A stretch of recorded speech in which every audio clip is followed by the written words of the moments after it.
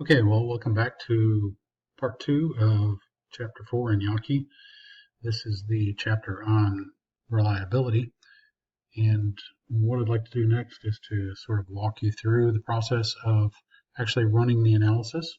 So you'll need to get ready by uploading the data file. And here you can see the data file called meaning.save. And so if you'll get that loaded up, at the same time, let me show you what this data is all about. There's this scale, I'm not sure if it's a real one or not, but they're calling it the meaning of life scale. And here's a table in APA format that shows the items on the scale and the possible choices. So you can see that strongly disagree for each of these statements is coded as a 1, whereas strongly agree is coded as a 5. This also shows you that there's 5 items on this assessment, and all of them are positively worded, so that if I agreed with those statements, it would say something about that I have sort of a positive outlook on the meaning of life. So this kind of gives you the background on what the actual scale looks like and the items on the scale. So let's go back to the data file. And from the data file, you can see that there are 5 variables here, meaning 1, meaning 2, meaning 3, 4, and 5. So those are the 5 items on the scale. And then each row represents one of the participants in the study where the data were collected. So you can see that there were 20 participants. Each one of them answered 5 of those items and marked what their feelings were about each of those statements about the meaning of life. So you can see the data then ranged from 1 to 5 in there, as we would expect. You can also glance at it and see that there are no blanks, meaning that every person answered every one of the items. So since there's a scale of 1 to 5, you'll recall that these are polymorphically scored items, and so therefore we can use Cronbach's alpha as a way to estimate the reliability of the scores on this test. So we'll go through the analysis that Yaki outlines for you beginning on page 53 in the text. So what we do is we go up to Analyze, and we'll go down to Scale, and then we'll select Reliability Analysis. And once this pops up, what you'll want to do is you'll want to take and you'll want to move all of the variables over into the items side, and then you'll also want to provide a name for the scale so that when you see the output, you'll know what the scale is. So I've typed in meaning of life. You'll have some choices in terms of the model. We're interested in Cronbach's alpha, so that's the default. We can leave it there. But if we open up that drop down, you can see there's some other choices. There's a split half, which we discussed that and how, sort of the meaning of that. Then there's something called a Gutman and parallel and strict parallel. So there's a lot of different ways to estimate internal consistency reliability. We're going to stick with alpha. Then we'll go up here to statistics and select statistics. And so what you'll need to do is to check item and check scale. So it'll give us descriptive statistics for both item and scale. And then what we'll need to do then is to select continue. And then once we've done that, we're ready to click OK, which is telling SPSS to go ahead and run the analysis. So you can see that the results come up fairly quickly. And so let's go through each one of the parts of this so to make sure that you understand what's being shown here. So this says the type of analysis we ran was reliability. Here's where we typed in the name of the scale, meaning of life. So if you've got several scales to type in to find the reliability of, then you can use different names there. Case processing summary.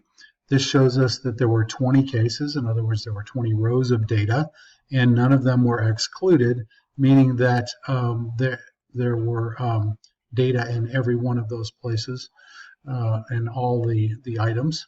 And then going down, we have reliability statistics. So this shows Cronbach's alpha was 0.943.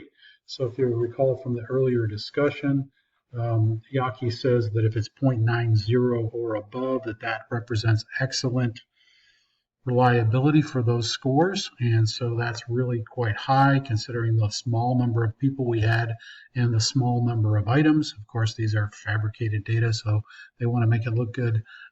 Typically, reliability will increase for based upon the number of items. The more items, generally the higher the reliability will be. Also, the more individuals that are in the analysis, that will also increase the reliability. So it looks like the scores for this particular assessment are highly reliable. Then the next one is the item statistics. And so this shows for each one of the items that were analyzed, it shows the mean and the standard deviation, because those were the two check boxes that we picked. So the mean here means that on meaning 1 on the first question, the mean score was 4. Recall that this was on a scale of 1 to 5, where 5 was strongly agree, 1 was strongly disagree, so that we can see on average the respondents for that first item were at the level of 4. And then for question 2, the mean was 4, 3.75, 3.70, and 3.60 for each one of those 5 items. So we can see item 5 had the lowest overall mean score on that particular item.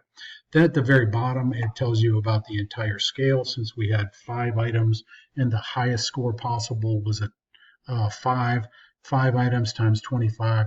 The largest score you could get on the assessment would be a 25. We can see the mean here was a 19.05. We also get some other statistics like the variance and standard deviation. And so that really provides us our information for it. And in most cases, you're mainly going to be concerned with this number right here, the Chromebox Alpha.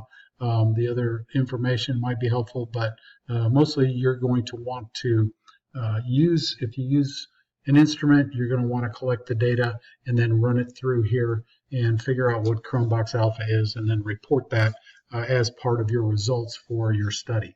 And so that about has it for the analysis of Chromebox Alpha. And it's pretty straightforward. In the example that you're going to have, or at your actual assignment, you're going to be asked to provide do the analysis. The items on that one are going to be dichotomously scored, because those are going to be multiple choice items on a STAR test or a locally administered test. And so they either answered correctly or incorrectly, which would the data would be coded as 1s and 0s. The other thing you're going to be asked to do is to produce a table of the output and so of the item statistics, similar to the one that's shown in the Yaki book. Yaki has several issues with what he has. For example, he calls things figures that are really tables. I'll point you to page 50. That first table we looked at, this one right here, that table he calls a figure. I don't know why he calls it a figure. To me, it's a table. So you need to make sure that you're calling it what's correct and not necessarily what Yaki wants to call it. So I would again point you, as I did in class, to the information about tables in your APA manual. So one of the things I'm going to ask you to do is to provide a table like this, to provide the item statistics with the mean and the standard deviation for each item. I want you to think about, if 0 is incorrect and 1 is correct, what the mean would tell you about that particular item.